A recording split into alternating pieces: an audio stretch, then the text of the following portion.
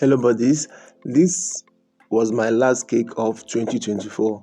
Honestly, I was happy on one end or most end though, and on the other end I was not so happy. I will tell you why in this video. Let's do this first. First, I started by making my own flavor combinations. So I mixed up banana flavor, butterscotch flavor, like one bottle of banana flavor, one bottle of butterscotch flavor. I added about half tablespoon of milk flavor powder, the powder milk flavor. Added about 1 teaspoon of strawberry flavor, 1 teaspoon of coffee flavor. Okay, then I added a little bit of honey, about 1 teaspoon as well. So after adding that, I mixed everything together, shake it very well, and I kept that aside. Next, I measured out 400 grams of all-purpose flour, 400 grams of granulated sugar. Then I added half teaspoon of cinnamon powder, 1 teaspoon of crushed nutmeg seed powder, or powdered nutmeg seed anyway. Then I added 400 grams of margarine. I went ahead and used my hand to just combine everything just this way. Then I added 400 grams of eggs. Okay, then I combined everything. After combining it this way, I added 1 tablespoon of the flavor combination that I made earlier. Then I added about 1 teaspoon of my combo flavor. So after adding that, I used my hand whisk to keep on whisking to make sure that I have a very fine, smooth, silky, creamy batter like this. You can see how this can take up to like 10 minutes or thereabout, depending on your strength and your energy can carry you. So once I was done, I added 1 tablespoon of my baking powder. Then I combined very well as well. Make sure that my baking powder is thoroughly combined, because you don't want one part to have the baking powder, the other part will not have. It's not going to be okay like that.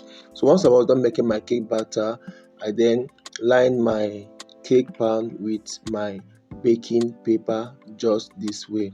Okay, so first you have to just grease the cake pan with some butter or margarine or oil. Then you line the bottom with the baking paper. So after lining the baking paper, make sure that the baking paper is thoroughly stick to the bottom. Then I scoop about 450 grams of this batter into the baking pan. Then I preheated the oven and transferred this into the oven. Now the next one, I crush in some chocolate chip cookies. This biscuit is, oh my goodness, it tastes so amazing. So I had to just crush a part of it into a part of the batter, added a little bit more of the coffee flavor, transfer this into my 10 by 4 inches loaf pan. Then I also added a little bit of these cookies on top. Then I put that in the oven to bake as well. The remaining part of the batter, I added a bit of red velvet food color and a little bit of strawberry flavor, just to make that strawberry cake and strawberry taste. So after combining it, at this point my first and second cake were all done. I took them out, but I decided to try baking with halogen oven to bake cake. So I test run it with cupcake and it came out fine just this way.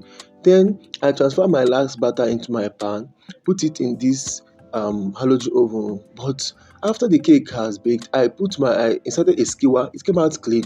I took out the cake. Upon flipping the cake, I discovered that the bottom of the cake has not even baked at all. I have to turn it over and then put it back to bake. But it didn't give me what I want. At this point, I will not advise anybody to use halogen oven to bake cake, unless maybe I didn't do it well, but maybe I will try again. Yes, I will try again. Maybe I have to give it extra time and give it more time. I don't know. But for this particular one, I was so disappointed that even I couldn't even snap the picture of the cake. I just had to just keep it because it looks like the center didn't bake so well.